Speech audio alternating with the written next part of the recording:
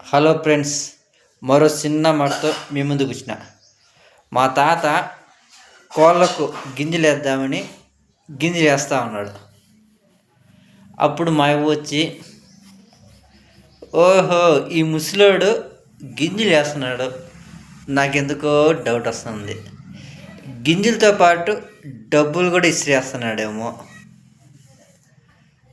అని ఆశ్చర్యంగా చూడడం మొదలుపెట్టింది.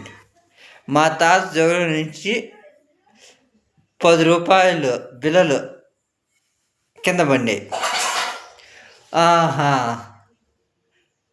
సత్యభామ ఆడ కూర్చోన్నది కదా, అందుకోసము డబ్బులు కోళ్ళకు గింజలు వేసినట్టు డబ్బులు కింద వేస్తున్నాడు అనేసరికి మా తాత తిరిగి చూసి, వచ్చే పిల్ల